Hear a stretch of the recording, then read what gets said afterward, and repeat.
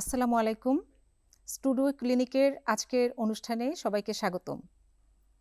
আমি ডাক্তার মিনা আহমেদ, সহকারী অধ্যাপক সার্জারি, চট্টগ্রাম মেডিকেল কলেজ হাসপাতাল। আমাদের আজকের অতিথি প্রফেসর ডাক্তার মোহাম্মদ মাসুদ করিম, বিভাগীয় প্রধান, চট্টগ্রাম মেডিকেল কলেজ হাসপাতাল, ডিন, সার্জারি অনুষদ, চট্টগ্রাম মেডিকেল বিশ্ববিদ্যালয়। মার্চ মাস বিশ্বজুড়ে কলোরেক্টাল ক্যান্সার সচেতনতা মাস হিসেবে পালিত হয়। তো মার্চ মাসে আমরা তার ধারাবাহিকতায় আজকের এই অনুষ্ঠান। আমরা কলোরেক্টাল ক্যান্সার বিষয়ে আজকের আলোচনা করব। তো ক্যান্সার হচ্ছে একটি ঘাতক রোগ। অনেকের ধারণা যে ক্যান্সার হলে মৃত্যু অনিবার্য। আসলে তা নয়। চিকিৎসা বিজ্ঞানের উন্নতির ফলে প্রাথমিক অবস্থায় রোগ শনাক্তকরণ এবং সঠিক চিকিৎসার মাধ্যমে কিছু কিছু ক্যান্সার সম্পূর্ণ নিরাময়যোগ্য। তো আজকের আলোচনায় আমি প্রথমেই স্যারের কাছে যাচ্ছি। স্যার, আপনি যদি আমাদেরকে একটু বলেন যে কলোরেক্টাল ক্যান্সার কি, আমরা কি বুঝি কলোরেক্টাল ক্যান্সার বলতে? আপনি জানেন যে আমাদের শরীরের যে অংশগুলো আছে বা অঙ্গগুলো আছে সবগুলোর একটু স্বাভাবিক বৃদ্ধি হয় বয়সের সাথে সাথে। তাহলে যদি কোনো একটা অংশ অস্বাভাবিক হারে বৃদ্ধি হয়, যেখানে বডির কোনো কন্ট্রোল থাকে না, যেটাকে আমরা বলি অনিয়ন্ত্রিত বৃদ্ধি, সেটাকে আমরা বলি ক্যান্সার। আমরা যদি একটু সহজ করে বলি, ক্যান্সার আসলে এক ধরনের টিউমার। কিছু টিউমার আছে ভালো, কিছু টিউমার আছে খারাপ। খারাপ টিউমারটাকে আমরা ক্যান্সার হিসেবে ধরে নিই।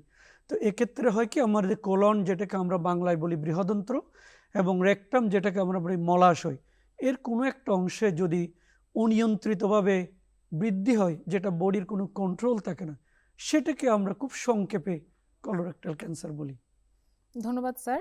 স্যার খুব অল্প কথায় নির্দোষ টিউমার এবং ক্যান্সার টিউমারের পার্থক্যটা বলে দিলেন। তো এখন আমরা জানতে চাইব স্যার, এই বিষয়ে সচেতনতা কেন জরুরি? শুধু কলোরেক্টাল ক্যান্সার নয়, যে কোনো ক্যান্সারের বা যে কোনো রোগের সচেতনতা খুবই জরুরি। ক্যান্সার ছাড়াও অন্যান্য রোগেরও খুব সচেতনতা জরুরি। তো ক্যান্সারের বিষয়টা হলো, আপনি যেমনটা শুরুতে বলেছিলেন যে যদি ক্যান্সার আমরা প্রাথমিক পর্যায়ে শনাক্ত করতে পারি এবং সঠিক চিকিৎসা দিই, তাহলে ক্যান্সার থেকে মুক্ত হওয়া সম্ভব। কিন্তু যদি দেখা যায় যে এটা খুব অ্যাডভান্স স্টেজে আমরা ডায়াগনোসিস করি, তখন যে জটিলতাগুলো আছে সেগুলো বেড়ে যায়, খরচ বেড়ে যায়, মৃত্যু ঝুঁকিটা বেড়ে যায়।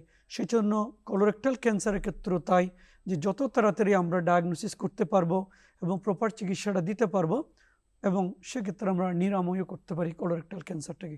এজন্যই সচেতনতা খুবই জরুরি। ধন্যবাদ স্যার।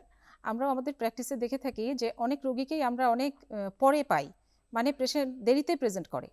তো দেরিতে প্রেজেন্ট করার কারণে আমরা অনেক পেশেন্টকেই যথাযথ চিকিৎসা দিতে পারি না এবং তাদেরকে সম্পূর্ণ আরোগ্যের পথে নিয়ে যেতে পারি না। তো স্যারের কথা থেকে এটাই বুঝলাম যে প্রাথমিকভাবে যদি শনাক্ত করা যায় এবং সেটারই কারণে এই কলোরেক্টাল ক্যান্সারের সচেতনতাটা জরুরি। স্যার, আপনি কি আমাদেরকে একটু বলবেন যে কারা ঝুঁকিতে আছে? সাধারণত ঝুঁকিতে থাকে সাধারণত বয়স বাড়ার সাথে সাথে। যে বলা হয়ে থাকে যে 50 বছরের বেশি বয়স্ক যারা, তাদের কলোরেক্টাল ঝুঁকির সম্ভাবনা বেশি, এবং যত বয়স বাড়বে তাদের ঝুঁকি তত বাড়বে। এছাড়া আরও অনেকগুলো ফ্যাক্টর জড়িত, যেমন পারিবারিক, যেটাকে আমরা বলি বংশগত বা জেনেটিক, এটা তো হয়তো কারো কোনো কন্ট্রোল থাকে না।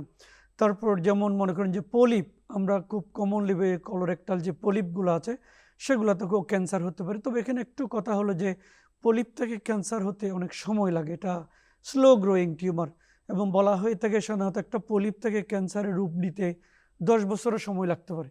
তবে সেটা সবার ক্ষেত্রে নয়, কিছু কিছু মানে ফ্যামিলিয়াল এক এক রকম হতে নেচার, বিহেভ এক এক করতে রকম পারে। হ্যাঁ, নেচার সেটাকে আমরা মেডিকেল সায়েন্সে বলি এডিনোমা কার্সিনোমা সিকোয়েন্স। সিকোয়েন্স।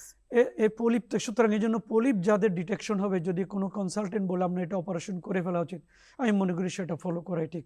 তাছাড়া আরও কিছু কিছু কারণ আছে, যেমন যাদের বডি স্থূল, যেটাকে আমরা ওবেসিটি বলি, যদি কেউ ধূমপান করে, কেউ যদি অ্যালকোহল অভ্যস্ত থাকে, বা তাদের আপনি যেমনটা শুরুতে বলছিলেন হয়তো কোষ্ঠকাঠিন্য কিছুটা দায়ী করা যায়। তাছাড়া আমাদের কোলনের কিছু রোগ আছে যেটাকে আমরা বলি ইনফ্লামেটরি বাউল ডিজিজ, তার মধ্যে আছে আলসারেটিভ কোলাইটিস, ক্রনস ডিজিজ, এগুলোকেও দায়ী করা হয়। বাট মোস্ট ইম্পর্টেন্ট হচ্ছে আমাদের খাদ্যাভ্যাস। আমাদের সোশিও ইকোনমিক কন্ডিশনের সাথে সাথে আমাদের খাদ্যাভ্যাসটা চেঞ্জ হয়ে যাচ্ছে। বলা হয়ে থাকে যারা মিট বেশি খাবে, রেড মিট বেশি খাবে, বা মানে ফাইবার কম, যত কম ফাইবার খাবে, কম।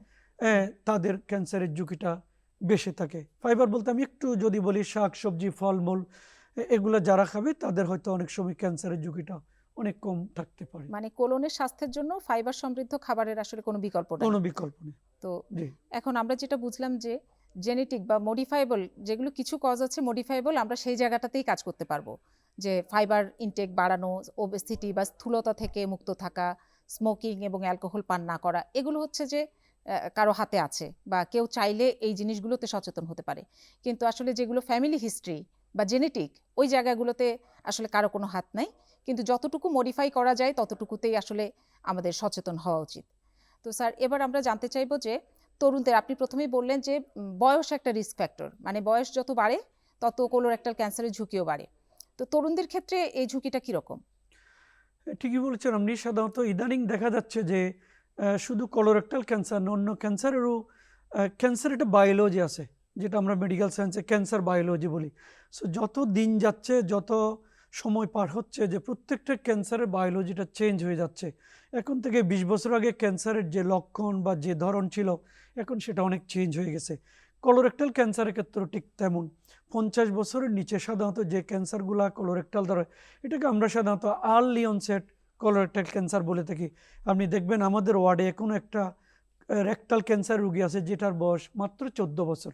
সো এরকম আচ্ছা। আমরা পেয়ে থাকি 16, 18, 20, 22 বয়সের আমরা ক্যান্সার পেয়ে থাকি। তো এটা এখনো রিসার্চ হচ্ছে কেন এত কম বয়সে ক্যান্সারগুলা হচ্ছে। তবে কিছুটা ইনডাইরেক্ট এভিডেন্স বলা হয়ে থাকে যে খাদ্যাভ্যাস পরিবর্তনের ফুড কারণে, হ্যাবিট চেঞ্জ হয়ে যাচ্ছে, food habit, young world wide generation, এটা একটা চেঞ্জ হয়ে যাচ্ছে, বেকারি ফুডগুলা বেশি ট্রেন্ডটাই হচ্ছে, এরকম, ট্রেন্ড হয়ে প্রসেস যাচ্ছে, ফুড বেশি খাওয়া হচ্ছে। প্রসেস ফুড বেশি হচ্ছে, ফাইবার কম খাচ্ছে, মিট বেশি, ফলে এগুলাকে কিছুটা দায়ী করা হচ্ছে। প্রিয় দর্শক, আমাদের সঙ্গে একজন দর্শক যুক্ত হয়েছেন, আমরা দর্শকের কলটি নিচ্ছি। দর্শক, আপনি কোথা থেকে, আপনার নাম বলুন, কোথা থেকে বলছেন, নাম বয়স এবং কোথা থেকে বলছেন আমাদেরকে একটু বলুন, আমরা আপনার প্রশ্নটি নিচ্ছি এবং স্যার প্রশ্নের উত্তর দিবেন। আশুগঞ্জ থেকে বলছি। জি, আশুগঞ্জ থেকে বলছেন, আপনার কি নাম? জি, আমার নাম মোহাম্মদ তাজুল ইসলাম। জি, তাজুল ইসলাম, আপনি বলুন আপনার প্রশ্নটি। জি ম্যাডাম, আমার আজকে 15 দিন যাবত বাথরুম প্রথমে নর্মাল হয়, পরে ব্লাড যাইতে থাকে। হ্যাঁ, আমরা বুঝতে পেরেছি আপনার বাথরুম নর্মাল হলে পরে রক্ত, যেগুলো আসলে আমরা একটু পরে হয়তো আলোচনা করব, আমাদের বিষয়গুলো উঠে আসবে। মলদ্বারে রক্ত যাওয়ার অনেকগুলো কারণ আছে। খুব কমন একটা কারণ হলো আমাদের অশ্বরোগ, যেটা বলি আমরা পাইলস। তাছাড়া fissure, fistula, inflammatory bowel disease, colorectal cancer, সবগুলো থেকে রক্ত যেতে পারে। আপনার বয়সটা যেহেতু একটু বেশি, আমি আপনাকে পরামর্শ দিব আপনার আশেপাশে একজন বিশেষজ্ঞ সার্জনকে দেখাবেন। উনি আপনার মলদ্বারটা পরীক্ষা করে দিবে, হয়তো প্রয়োজন মনে করলে একটা কোলোনোস্কোপি পরীক্ষা দিবে। আমি মনে করি সেটা করার মাধ্যমে আপনার রোগটা এক্স্যাক্টলি ডায়াগনোসিস হবে এবং সে অনুযায়ী আপনি চিকিৎসাটা নেবেন। ধন্যবাদ আপনাকে। আমরা আবার অনুষ্ঠানে ফিরে যাচ্ছি। স্যার, আমরা জানতে চাচ্ছি যে দীর্ঘমেয়াদী কোষ্ঠকাঠিন্য কি কোলোরেক্টাল ক্যান্সারের কোনো রকম ঝুঁকি হতে পারে কিনা? এটা অনেকের ধারণা যে কোষ্ঠকাঠিন্য মানে কলোরেক্টাল ক্যান্সার হতে পারে, কিন্তু রিসার্চে এরকম কোনো ডিরেক্ট এভিডেন্স পাওয়া যায় না যে কোষ্ঠকাঠিন্য হলে কলোরেক্টাল ক্যান্সার হবে। বাট যেহেতু আমরা আবার একদিকে বলছি ফাইবার ডায়েট খাবেন যেন কোষ্ঠকাঠিন্য কম হয়, তাহলে হয়তো ইনডাইরেক্ট কিছু এভিডেন্স থাকতে পারে, বাট ডিরেক্ট কোনো প্রমাণ করা যায় নাই যে কোষ্ঠকাঠিন্য ডিরেক্টলি ক্যান্সার করে। তবে এটা অ্যাভয়েড করা ভালো। তবে কোষ্ঠকাঠিন্য তার অনেকগুলো কারণ আছে, যেমন খুব কমন একটা কারণ হলো হাইপোথাইরয়েড। তাহলে যদি কোনো একটা রোগের কোষ্ঠকাঠিন্য হয়ে থাকে, তাহলে আমি পরামর্শ দেবো একজন বিশেষজ্ঞ ডাক্তারকে দেখিয়ে কোষ্ঠকাঠিন্যর কারণটা খুঁজে অন্যান্য নিবে, কারণ আছে কিনা এটা খুঁজে বের খুঁজে করার। নিবে, প্রয়োজন একটা কোলোনোস্কোপি করে নিবে। যদি রিলেটেড কোনো সিমটম থাকে তাহলে উনি নিশ্চিন্ত হলেন যে যে কোনো কোলোরেক্টাল ওষুধের প্রভাবেও ম্যালিগনেন্সি নেই। কোষ্ঠকাঠিন্য হতে পারে, ওষুধের কারণে হতে পারে, হাইপোথাইরয়েডের জন্য হতে পারে, অনেকগুলো বিভিন্ন কারণ আছে। কারণে হতে পারে, যাতে কারণগুলো খুঁজে বের করে কোষ্ঠকাঠিন্যটা দূর করা হয়। যে আমরা যেটা বুঝলাম যে গাট হেলথ মানে বৃহদন্তের স্বাস্থ্য রক্ষার জন্য কোষ্ঠকাঠিন্যতাটা দূর করা উচিত। যদিও কোলোরেক্টাল ক্যান্সারের সাথে তার ডিরেক্ট কোনো এভিডেন্স নাও থাকে, তারপরও কোষ্ঠকাঠিন্য থেকে মুক্ত থাকাটাই জরুরি। এখন স্যার জানতে চাইবো যে কি লক্ষণ দেখলে রোগীরা মনে করবেন যে তিনি এই রোগটা তার হতে পারে, যে লক্ষণগুলো কি কি হতে পারে? লক্ষণগুলো আসলে নির্ভর করে যে স্টেজিংয়ের উপর। সাধারণত রোগীগুলো আমরা তিনভাবে ডায়াগনোসিস করি। একটা হচ্ছে যেটা আপনি প্রশ্ন করলেন যে টিপিক্যাল সিমটম, উপসর্গ যেগুলো টিপিক্যাল আছে, সেগুলো নিয়ে রোগীরা আমাদের কাছে আসে। একেবারে প্রাথমিকে তো আসলে তেমন কিছু নাও পাওয়া যেতে পারে। হ্যাঁ, অনেক সময় অ্যাসিমটোমেটিক থাকে। তো সেক্ষেত্রে আমরা যেটা বলি যে স্ক্রিনিংয়ের মাধ্যমে আমরা ডায়াগনোসিস করতে পারি। একটা যেমন আমাদের হুমায়ুন আহমেদ আপনি জানেন যে জি জি সিঙ্গাপুরে গিয়েছিল চেক আপ করতে, কোলোনোস্কোপি করে দেখা গেল যে ওনার কলোরেক্টাল ক্যান্সার, তাহলে এবং এটাকে আমরা স্টেজ বলি 4 ক্যান্সার হিসেবে স্ক্রিনিং। ডায়াগনোসিস স্ক্রিনিং এর হয়েছে মাধ্যমে ধরা পড়েছে। এবং ওনার আর কোনো সিম্পটম উনি বুঝতেই পারেননি। বুঝতে পারেনি। হ্যাঁ আরটা হলো যে টিপিক্যাল উপসর্গ যেগুলো, আর জি একটা স্যার। হচ্ছে অনেক সময় কমপ্লিকেশন নিয়ে আসে, যেমন অবস্ট্রাকশন হয়ে গেল, ব্লিডিং হচ্ছে অথবা পারফোরেশন হয়ে গেল। সো যেটা আপনি প্রশ্ন করেছেন যে টিপিক্যাল লক্ষণগুলো উপসর্গগুলা কি? কি, একটা তো শুরুতে আপনি বলছেন কোনো লক্ষণ নাও থাকতে পারে, জি আর হচ্ছে খুব কমন লক্ষণ হচ্ছে মলে রক্ত যাওয়া। সেই জি রক্তটা ফ্রেশ রক্ত হতে পারে, পায়খানার সাথে মিশে যেতে পারে, ব্লাড ক্লট যেটাকে আমরা জমাট বাঁধা রক্ত এভাবে বলতে পারি, এটা যেতে পারে। সাধারণত গ্রাজুয়ালি রুগী বলবে যে আমার বেড়ে যাচ্ছে, কনস্টিপেশন হচ্ছে, আগে ছিল আহ, বেড়ে যাচ্ছে এখন। মলের যে বাল্কটা এটা চিকন হয়ে যাচ্ছে। অনেক সময় বলে যে বাথরুম করার পরও আবার ব্যাক হবে, এরকমও বলতে পারে। অনেক সময় যে বাথরুম করে আসছে বাট সে স্যাটিসফাইড ক্লিয়ার না, হলো না, ক্লিয়ার হলো না, সবসময় মনে রোগীরা হচ্ছে এসে আবার বলে যে বাথরুম ক্লিয়ার আবার হচ্ছে না। বাথরুম হবে। খুব সকালের দিকে খুব পেট মুচড়াইয়া পায়খানা হতে পারে কিন্তু রুগী স্যাটিসফাইড না, মনে হচ্ছে আবার বাথরুমে রয়ে গেলে, এরকম হতে পারে। এবং ওয়েট লস হতে পারে, অ্যাপেটাইট খাওয়ার রুচি কমে যেতে পারে, পেটে চাকা নিয়ে আসতে পারে। সো এরকম আরও অনেকগুলো কিছু লক্ষণ আছে। অনেক সময় লিম্ফ নোড নিয়ে আসতে পারে, পেটে পানি নিয়ে আসতে পারে। সো এগুলাই হলো মোটামুটি উপসর্গ, তবে খুব কমন উপসর্গ হলো মলদ্বারে রক্ত যাওয়া। জি, আমাদের আরেকজন দর্শক আমাদের অনুষ্ঠানের সাথে যুক্ত হয়েছেন, আমরা কিছুক্ষণ পর আবার আলোচনায় আসছি। দর্শক, আপনার নাম এবং বয়স বলুন। আমার ওয়াইফের নাম হচ্ছে লিপি, বয়স হচ্ছে 38। জি বয়স হচ্ছে 38। হ্যাঁ 38, জি বলুন। আমার ওয়াইফের ওই যে জিভাতে একটু, জিভার সাইডে ঘা হয়েছিল, জি জিভার সাইডে একটু ঘা হয়েছিল। তো আমি এক জায়গায় পরীক্ষা করছি, ওরা বলতেছে ক্যান্সার হচ্ছে 1.5। আচ্ছা অপারেশন করতে 4.5 লাখ টাকা চাইছে। তুই থেকে অপারেশন করলে ভালো হওয়ার সম্ভাবনা আছে কিনা আমি একটু ভয় পাচ্ছি। আর এত টাকা দিয়ে অপারেশন করা আমার পক্ষে সম্ভব না। এই আচ্ছা। সেবাটা কি ঢাকাতে অন্য কোথাও গেলে পাবো কিনা, এই জন্য একটু ফোন দিয়েছিলাম। আচ্ছা দর্শক ধন্যবাদ, আমি আপনার প্রশ্ন ঠিক বুঝতে পারিনি, কোথায় ঘা হয়েছে, লিভারে জিহ্বাতে। না কোলনে? এই যে জিভার সাইডে, জিভার সাইডে, না মুখের লিভার মধ্যে জিভার সাইডে। না প্লিজ, লিভার সাইড বলতে কথা না, এখানে স্পেসিফিক কথা, তাহলে আমরা আপনাকে পরামর্শটা দিতে পারবো।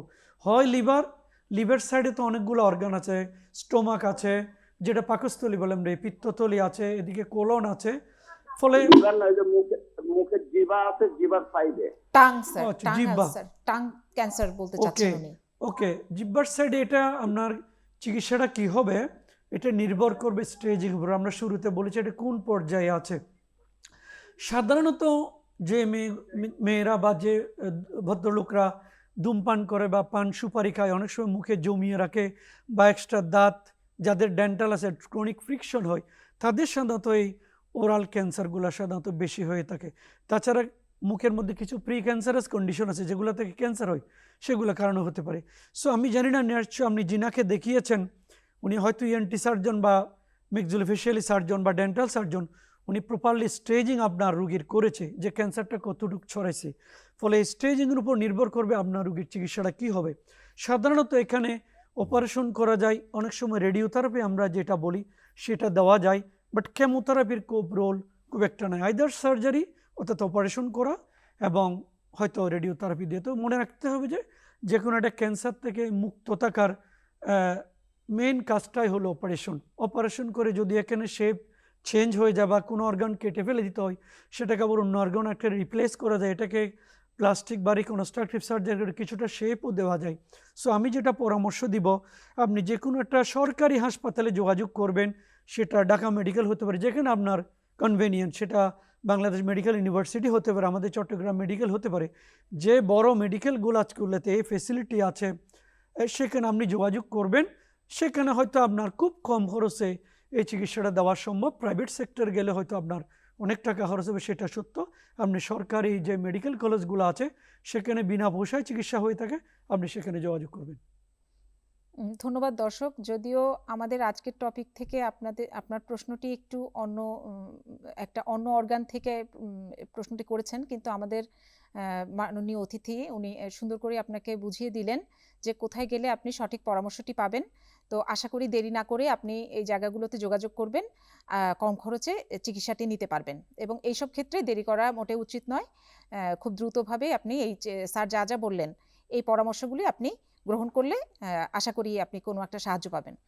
তো আমরা আবার আমাদের আগের আলোচনায় ফিরে আসছি। আমরা কথা বলছিলাম মলদ্বারে রক্তপাত নিয়ে।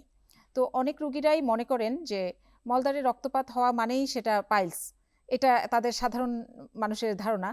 তো এই বিষয়ে যদি কিছু বলতেন স্যার। এটা খুব সুন্দর প্রশ্ন। আমাদের বাংলাদেশি যারা আমরা আছি সিটিজেন, তাদের একটা কমন ধারণা হলো যে মলদ্বারে রক্ত যাওয়া মানে পাইলস, বা যেটাকে আমরা অশ্বরোগ বলি। আসলে তেমনটি নয়। আমি একটু আগেও বলেছিলাম যে মলদ্বারে রক্ত যাওয়ার বিভিন্ন ধরন আছে।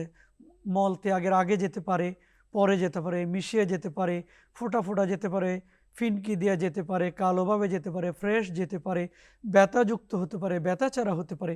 ফলে একজন বিশেষজ্ঞ সার্জনের কাছে গেলেই এ কথাগুলো শুনলে আমরা ইজিলি বুঝতে পারি যে মলদ্বারে রক্তটা কেন যাচ্ছে।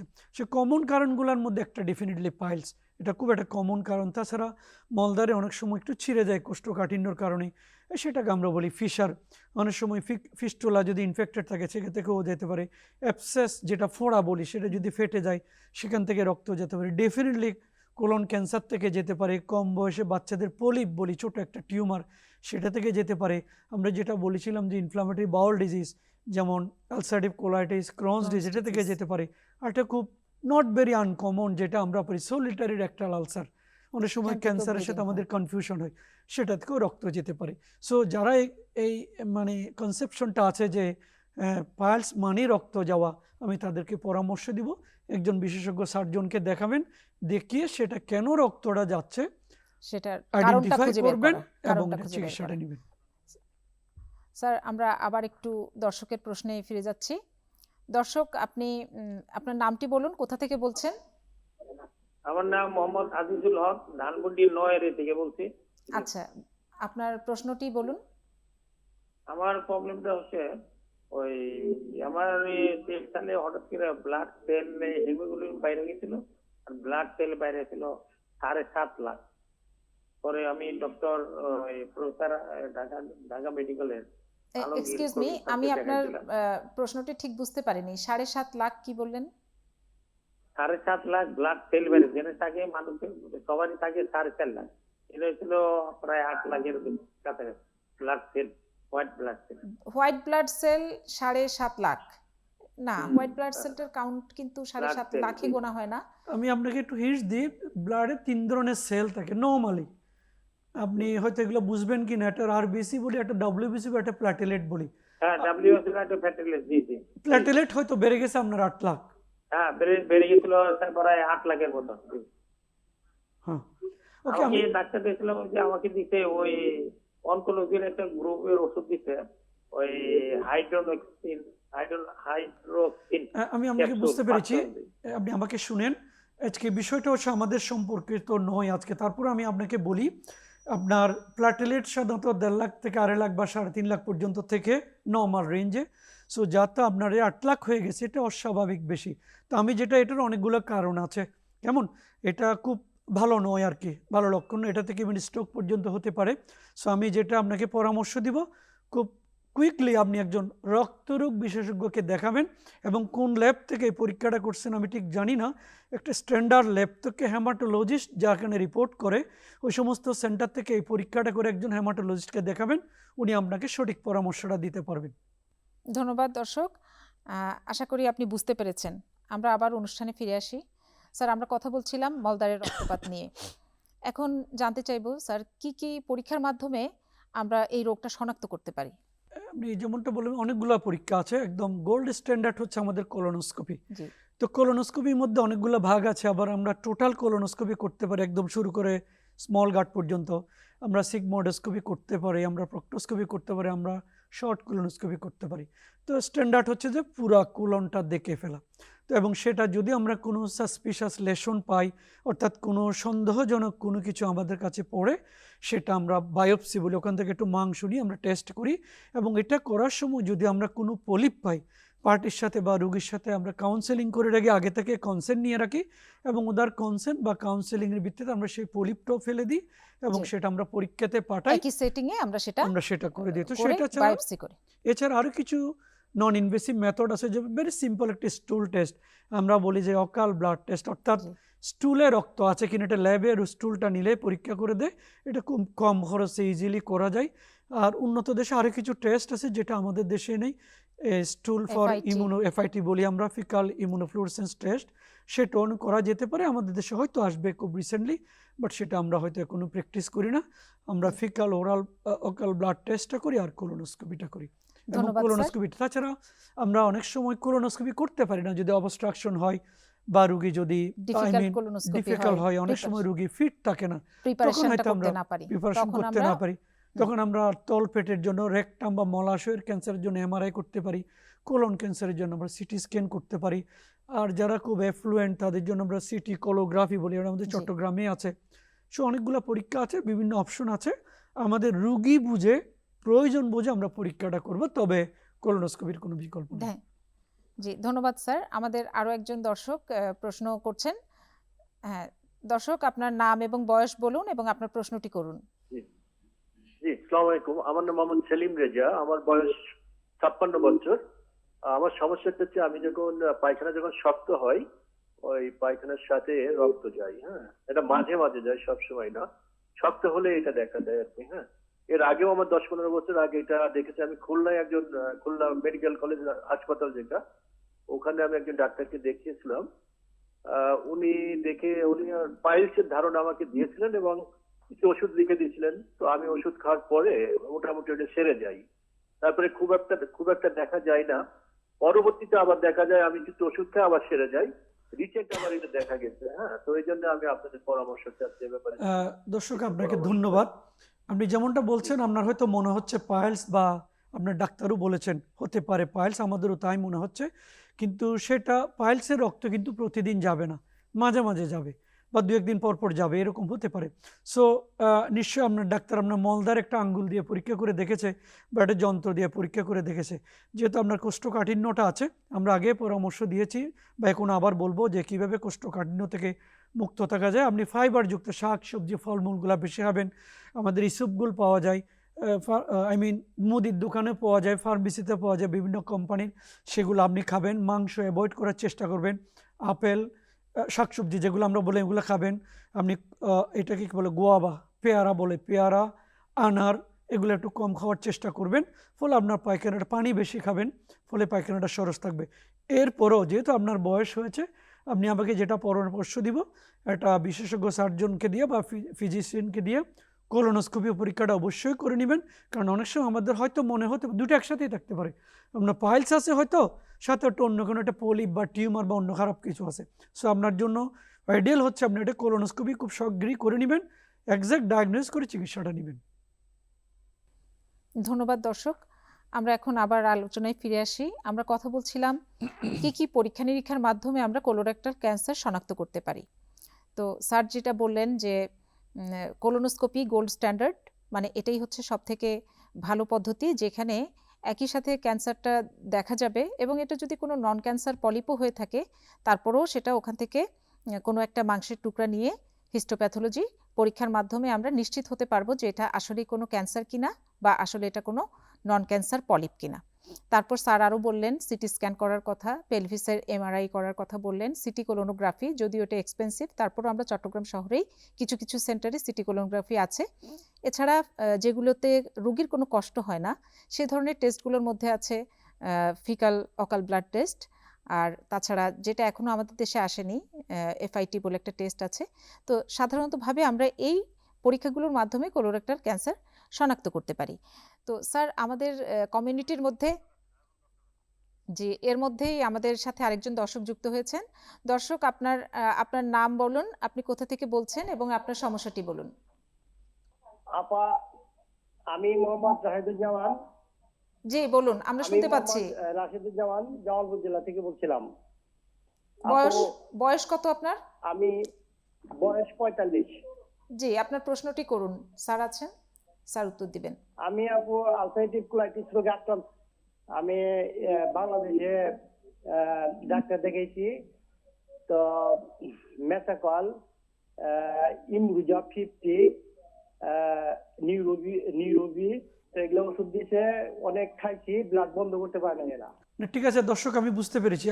আমরা এই রোগটার নাম একটু আগেও বলেছি যে আপনি বলছেন যে আলসারেটিভ কোলাইটিস, এটাকে আমরা বলি ইনফ্লামেটরি বাউল ডিজিজের একটা অংশ আর কি। সো এটা অনেকটা অটোইমিউন ডিজিজ, যেটাতে আমাদের কোনো কন্ট্রোল নাই, বডির ইমিউন সিস্টেম কন্ট্রোল করে সেটাকে। তো সেটা একটা, আমি যদি খুব স্বাভাবিকভাবে বলি, খুব একটা কিউর করা যায় না এই রোগটাকে, বাট কন্ট্রোল করা যায় বা মডিফাই করা যায়। সো এটার ক্ষেত্রে এই রোগটা হলো মানে রিল্যাপস অ্যান্ড রিমিশন বলি আমরা ইংরেজিতে, অর্থাৎ কোনো কোনো সময় এর প্রকোপগুলো খুব বেশি দেখা দিবে, আবার কোনো কোনো সময় আপনি ভালো থাকবেন। আপনি যে ডাক্তার সাহেবকে দেখেছেন নিশ্চয়ই উনি বুঝে আপনাকে ওষুধটা দিয়েছেন। এটা যেটা আপনি বললেন মেসাকল, এটা সবসময় খেতে হবে, আপনি জানেন বা আপনার ডাক্তারও আপনাকে বলেছে। এবং যখন খুব বেশি প্রকোপ বেড়ে যাবে সেখানে আমরা অনেক সময় স্টেরয়েড এনামার মাধ্যমে দিই বা মুখের মাধ্যমে দিই, সেটা দেওয়া যেতে পারে। বা লেটেস্ট কিছু ওষুধ এখন আছে, ডিজিজ মডিফাইবল ড্রাগ আমরা বলি, সেগুলো হয়তো যে কোনো ডাক্তারের পরামর্শ আপনাকে দিতে পারবেন না। আপনি যারা পিওরলি কলোরেক্টাল সার্জন বা গ্যাস্ট্রেন্টোলজিস্ট আছেন, আপনি তাদের একটু পরামর্শ নেবেন, তারা হয়তো আপনাকে ওই ড্রাগগুলো প্রেসক্রাইব করবেন। কিছু কিছু ড্রাগ খুব কস্টলি, তবে মনে রাখতে হবে যে যে এই রোগটা খুব একটা কিউরেবল নয়, যে আপনি এটা থেকে মুক্ত থাকবেন তেমনটি নয়। আপনার খাদ্যাভ্যাস, আপনার ড্রাগ, আপনার ডিসিপ্লিন, এগুলো আপনি ফলো করবেন যেন আপনি যতটুকু সম্ভব সিমটম থেকে মুক্ত থাকতে পারবেন। ধন্যবাদ দর্শক, আমরা আবার অনুষ্ঠানে ফিরে যাচ্ছি। স্যার, আমরা কথা বলছিলাম কোলোনোস্কোপি নিয়ে। তো আমাদের কিছু কিছু পেশেন্ট আছে যারা কোলোনোস্কোপিকে ভয় পায়, মানে কোলোনোস্কোপির ভয়েই আসলে তারা এই প্রসিডিউরটাতে যায় না। তো যদি কিছু বলতেন যে এই ভয়টা দূর করার জন্য আমরা কিছু আপনি বলতে ঠিকই পারি। বলেছেন যে কোলোনোস্কোপি করতে বললে আসলে রোগীরা ভয় পায়। আসলে বিষয়টা অনেক সময় আমরা বুঝিয়ে বলি না, এটাও একটা কারণ। কোলোনোস্কোপিটি সাধারণত উন্নত দেশগুলোতে আপনি জানেন যে 40 বছর পরে, প্রতি 5 বছর পর পর করে থাকে, এবং এটা একটি স্ক্রিনিং টেস্ট। সো আমরা যখন সাসপেক্ট করি মলদ্বারে রক্ত যায়, বয়স বেশি, আমরা কোলোনোস্কোপিটা অ্যাডভাইস করবি। সেটা কিছুই না, আপনি জানেন আগের মতো এখন একটা অনেক উন্নত যন্ত্র আছে, যে ফাইবার অপটিক কোলোনোস্কোপ আছে, এবং অনেক উন্নত ভার্সন আমাদের দেশেই সব জায়গায় এখন আছে। সেটা একটা ফাইবার ফ্লেক্সিবল, স্কোপটা খুব ফ্লেক্সিবল, ভিডিও কোলোনোস্কোপি যেটাকে আমরা বলি। আমরা একটা খুব সরু একটা যন্ত্র মলদার দিয়ে ঢুকাই, এবং সেটা আমরা ভিডিওতে দেখতে পাই, এবং ওই যন্ত্রের মাধ্যমে কিছু কিছু ইনস্ট্রুমেন্ট আমরা ঢুকাতে পারি, প্রয়োজন মূল্যে পলিপ কার্ডে, প্রয়োজন হলে বায়োপসি নিই, এবং আমরা স্মল গার্ড পর্যন্ত আমরা দেখে দিতে পারি। সেক্ষেত্রে রুগীদের ভয়টা থাকে যে ব্যথা পায় কিনা। আসলে সাধারণত আপনি যদি এক্সপার্ট হ্যান্ড দিয়ে করেন কোনো ব্যথা পাওয়া যায় না, ব্যথা মুক্তভাবে এটা করা যায়। তারপরেও কিছু কিছু ক্ষেত্রে রুগীর চাহিদা অনুযায়ী, বা আমরা যদি আগে অপারেশন হয়ে থাকে বা খুব চিকন পেশেন্ট, তাদেরকে আমরা একটু ঘুম পাড়াইও করতে পারি। তো আমি এই অনুষ্ঠানের মাধ্যমে আশ্বস্ত করতে চাই, কোলোনোস্কোপি কোনো ভয়ের কিছু নাই। এটা খুব সাধারণ পরীক্ষার মতো একটা পরীক্ষা, 12 থেকে 14 মিনিট বা 7 থেকে 10 মিনিট সময় আমাদের লাগে। এখানে কোনো ঝুঁকি নাই। রিসার্চে দেখা গেছে যে এখানে কয়েক হাজার একজন হয়তো সামান্য আঘাত লাগতে পারে, মৃত্যু ঝুঁকি নাই বললেই চলে। সো আমি দর্শকদেরকে অনুরোধ করব, যখন ডাক্তার অ্যাসুরেন্স দিচ্ছেন যে আসলে এটা তেমন ভয়ের কিছু নয়। জি। আমরা আরেকজন দর্শকের প্রশ্ন এর মধ্যে নিয়ে নিব। দর্শক, আপনি আপনার নাম এবং বয়স বলুন এবং আপনার প্রশ্নটি করুন। আমার নাম নাজমুল হক। জি, আমার বয়স বয়স 57 বছর। জি, জি। আপনার আমার প্রশ্নটি বয়স বলুন। 57 বছর। আমি 1 মাস রোজা করি। রোজার পরে আমার হঠাৎ করে সমস্ত পেটের ভিতরে ব্যথা করে ওঠে, এবং মিউকাস যুক্ত, আমযুক্ত পায়খানা হয়। পায়খানা হওয়ার পরে আমি ওই দেখি যে আমার ওই পায়খানার সাথে রক্ত যাচ্ছে, এবং 2-3 বার রক্তটা যায় বিস্কিট দিয়ে পায়খানাটা। তখন আমি ওই হিলমেট ট্যাবলেট, যেটা মেট্রোনিডাজল গ্রুপের 4টে বড়ি আমি খেয়েছি। খাওয়ার পরে আর ওই রক্ত দেখা যায়। ধন্যবাদ আপনার প্রশ্নের জন্য, খুব পার্টিনেন্ট কোয়েশ্চেন করেছেন। আপনি জানেন যে রমজানের 1 মাসে আমাদের খাদ্যাভ্যাসটা কিছুটা চেঞ্জ হয়েছে, টাইমিংয়ের চেঞ্জ হয়েছে, চয়েস অফ ফুড চেঞ্জ হয়েছে। আমরা ইফতারে কিছু ঝাল এগুলো খেয়েছি, সেহরিতে একটু রিচ ফুড খেয়েছি। আপনি যেমনটা বলছেন এরকম অনেকগুলো রোগী আমাদের কাছে আসতেছে, বা আমাদের ব্যক্তিগত জীবনেও কিছুটা চেঞ্জ হয়েছে, আপনি ঠিকই বলেছেন। তো সেটা হয়তো সপ্তাহ 2-1 পরে আমাদের খাদ্যাভ্যাস যখন আগের মতো পর্যায়ে চলে আসবে, হয়তো এটা অনেক চেঞ্জ হয়ে যেতে পারে। বাট আপনার ক্ষেত্রে আমি বলবো আপনি এটাকে অবহেলা করবেন না। আরেকটা জিনিস আমি এখানে বলিনি, যে আমাদের খুব কমন বিলিফ বাংলাদেশে, যে একটু পাতলা পায়খানা হলো, একটু আমশাই হলো, আম গেল, আমরা একটা ফ্লাজিল খেয়ে ফেললাম। এটা খুব ভালো নয় আর কি, যে আম যাওয়া বা রক্ত যাওয়ার, পাতলা পায়খানা হওয়ার, এখানে অনেকগুলো প্রশ্ন আপনাকে করা উচিত। ব্যথা আছে কিনা, জ্বর আছে কিনা, রক্ত যায় কিনা, অনেকগুলো প্রশ্ন আছে, যেহেতু আমাদের সময় খুব কম। তো আমি যেটা আপনাকে পরামর্শ দেবো, আপনার বয়স 57, আপনার রক্ত যাচ্ছে, আম যাচ্ছে, আমি আপনাকে পরামর্শ দেবো একটা খুব শীঘ্রই আপনি ফুল কোলোনোস্কোপি করে নেবেন, একজন বিশেষজ্ঞ সার্জন দেখিয়ে আপনি এক্সক্লুড করে নেবেন যে আপনার কোলনে কোনো অসুখ নাই।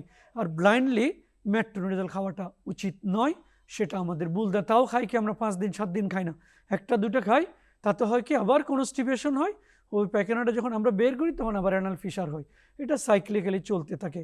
সো আমি দর্শকদেরকে পরামর্শ দিব এরকম সমস্যা যদি থাকে এটা কোলোনোস্কোপি করে নিবে এবং একটা বিশেষজ্ঞ সার্জনকে দেখিয়ে পরামর্শ নিবে। মেট্রোনিডাল খাওয়াটা এর সমাধান নয়। আমরা আবার অনুষ্ঠানে ফিরে আসছি। তো আরেকজন দর্শক, জি আরেক দর্শক, আপনার নাম বলুন, আপনার বয়স বলুন এবং আপনার সমস্যাটি কি সেটা বলুন। হ্যালো, আসসালামু আলাইকুম। ওয়ালাইকুম আসসালাম। আপা, আমার নাম, আমি আপনাকে ধন্যবাদ জানাই বিটিভি এবং ডাক্তার সাহেবকে। আমি দীর্ঘদিন যাবৎ অসুস্থ, বিছনায় পড়া আর কি। আমি এক সময় আপনার ওই যে টিবি রোগে আক্রান্ত ছিলাম এবং আমার কোলোনোস্কোপি, এন্ডোস্কোপি এগুলো করা হয়েছে এবং আমার টিবির উপরে ঔষধ দিয়েছে, কিন্তু আমার পেটের ভিতরে একটা টিউমার হয়ে গেছে আর কি। আমার ওই পেটে পানি আসতো, ওই পানির কারণে রগে বাজে একটা টিউমার হয়ে গেছে। দীর্ঘদিন যাবৎ এই পানি বন্ধ হয়েছে, আপনার ওই অ্যালবুমিন ইঞ্জেকশন দেওয়ার পরে পানি বন্ধ হয়েছে, হওয়ার পরে আমার শরীর শক্ত হয়ে গেছে এবং শরীরে কোনো বোধ শক্তি বলতে নাই আর কি। আমাকে যদি সারাদিন মারেও আমি ব্যথা পাব না, এই অবস্থায় এবং শরীরটা সবসময় আমাকে খিচেই রাখে। আমি এখন শারীরিক প্রতিবন্ধী হয়ে গেছি, হ্যাঁ, এবং মাঝে মাঝে পায়খানার সাথে রক্ত যায় এবং মলদ্বারে একটা ঘায়ের চর্মরোগ যেভাবে হয় না, ঠিক ওই রকমের বছরই পরে আর কি মলদায়। আমি আপনার বিষয় দর্শক, কিন্তু আসলে আমার বিশ্বাস হয় না যে আমার ক্যান্সার হয়েছে, কিন্তু আমার এই টিউমারের কারণে আমার শরীরে বোধ শক্তি নেই, একদম বোধ শক্তি নেই। না দর্শক, আমি আপনার কথা বুঝতে পেরেছি, আপনাকে ধন্যবাদ প্রশ্নটা করার জন্য। এত বড় যে খিচুনি, যা বলা গেছে পায়খানা ব্যাক করা গেলে আর বাথরুম 2বার হয়, প্রথমে একবার গেলে আবার পরে আবার যাইতে হয়। ঠিক আছে, আমি আপনার কথা বুঝতে পেরেছি। আমি যতটুকু বুঝলাম আপনি একটা ক্রনিক ডিজিজে আক্রান্ত, সেটা হতে পারে টিবি, হতে পারে ক্যান্সার, আমরা ঠিক শিওর না। আপনি যেটা টিউমারের কথা বললেন, টিউমার তো ভালো আছে খারাপ আছে। সো আপনি যে উপসর্গগুলোর কথা বললাম, পেটে পানি আসছে, শরীরে পানি আসছে, ফুলে গেছে, সেটা আপনার নিউট্রিশন, যেটা আপনার পুষ্টির কমের কারণে হতে পারে, অ্যালবুমিন যেটাকে আমরা বলি এটার কারণে হতে পারে, হিমোগ্লোবিন কমে গেলে হতে পারে, আপনি খাইতে না পারলে এগুলোর কারণে হতে পারে। যেহেতু আপনি একটা ক্রনিক ডিজিজের কারণে ভুগছেন, আর এটা যেটা বলছিলেন আপনার পেটে টিবি হয়েছে, হ্যাঁ এটা ঠিক যে পেটের টিবিগুলো ডায়াগনোসিস করা কিছু কিছু ক্ষেত্রে একটু ভেরি ডিফিকাল্ট। সবগুলো অনেক সময় সব পরীক্ষা করেও আমরা ইভেন উন্নত দেশেও ডায়াগনোসিস করা যায় না। তো সেক্ষেত্রে আমি জানি না আপনি কোন সেন্টারে চিকিৎসা নিয়েছেন বা কোথা থেকে পরামর্শটা নিয়েছেন। কিছু ক্ষেত্রে আমরা এম্পিরিক্যাল চিকিৎসা দিয়ে থাকি টিবির জন্য, যে দেখি রেসপন্সটা কীরকম, সেটা একটা পদ্ধতি। সো আমি আপনার কথা যতটুকু বলেছেন সেটা আমি আপনাকে পরামর্শ দেবো, আপনি বিশেষজ্ঞ পরামর্শের সাথেই থাকবেন। যদি আপনাকে টিবির ওষুধ খেতে বলে আপনি খেয়ে যাবেন, যদি টিউমার বলে সেটা আপনি এক্স্যাক্টলি ডায়াগনোসিস করবেন এটা ক্যান্সার কিনা। আর আপনি নিউট্রিশনাল সাপোর্ট যেগুলো আছে খাওয়া, অথবা অনেক সময় ইঞ্জেকশনের মাধ্যমে অ্যালবুমিন অথবা সিবি লাইন দিয়ে আমরা দিতে পারি, যে ফিডিং জেজুনোস্টমি করতে অনেকগুলো অপশন আছে, সেগুলো আপনি একটা বিশেষজ্ঞ সার্জনকে দেখিয়ে পরামর্শ নেবেন। এতটুকুই হয়তো আপনার জন্য পরামর্শ।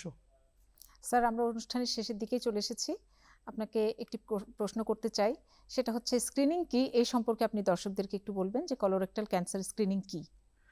স্ক্রিনিংটা হলো আসলে যদি কোনো একটা রোগের উপসর্গ দেখার আগে যদি আমরা রোগটাকে কোনো পরীক্ষার মাধ্যমে নির্ণয় করতে পারি, সেটাকে বলা হচ্ছে স্ক্রিনিং। যেমন ব্রেস্টের ক্ষেত্রে যে ম্যামোগ্রাফি আছে, স্টোমাক যেটা পাকস্থলীটার ক্ষেত্রে এন্ডোস্কোপি আছে, ঠিক একইভাবে আমার কলোরেক্টাল ক্যান্সারের ক্ষেত্রে হচ্ছে কোলোনোস্কোপি, যেটা আমরা আগেও বলেছি। সো কোলোনোস্কোপি এটা হলো একটি স্ক্রিনিং কোলনের জন্য, সেটাই হলো স্ক্রিনিং। ধন্যবাদ স্যার। আমরা যেহেতু অনুষ্ঠানের সময়টুকুই মোটামুটি শেষ করে এনেছি, আপনি দর্শকদের উদ্দেশ্যে যদি একটি সমাপনী কোনো মেসেজ দেন। দর্শক, আমরা প্রায় 1 ঘন্টা আলোচনা করলাম, আমরাও কিছু বক্তব্য দিলেন, আপনারাও প্রশ্ন করেছেন। তো আমি আশা করব যারা 1 ঘন্টা শুনেছেন কিছু না কিছু হয়তো উপকৃত হবেন। এটাই সব কিছু নয়। কলোরেক্টাল ক্যান্সার একটা অনেক বড় টপিক, অনেক বিষয় এখানে আলোচনার আছে। ১ ঘন্টা সময় মোটেই কিছু নয়। তারপরে আমরা কিছু কমন বিষয় আলোচনা করেছি, আপনারাও কিছু প্রশ্ন করেছেন। এরপরেও যদি আপনারা আরও কোনো প্রশ্ন থাকে, আপনারা বিশেষজ্ঞ, আপনার আশেপাশের যে কোনো একজন বিশেষজ্ঞ সার্জনের পরামর্শ নেবেন এবং আমি সঠিক সময়ে পরামর্শ নিয়ে রোগটা নির্ণয় করে চিকিৎসাটা নেবেন। আমি ধন্যবাদ জানাচ্ছি। ধন্যবাদ স্যার, আজকের অনুষ্ঠানে সময় দেওয়ার জন্য আপনাকে অনেক ধন্যবাদ। এবং আজকের অনুষ্ঠানের আপনাদের যদি আমরা কোনো কিছু উপকার করতে পারি বা আমাদের এই আলোচনা থেকে আপনারা যদি উপকৃত হন, তাহলে বুঝবো যে আমাদের এই এফোর্টটা সার্থক হয়েছে। ধন্যবাদ। আল্লাহ হাফিজ।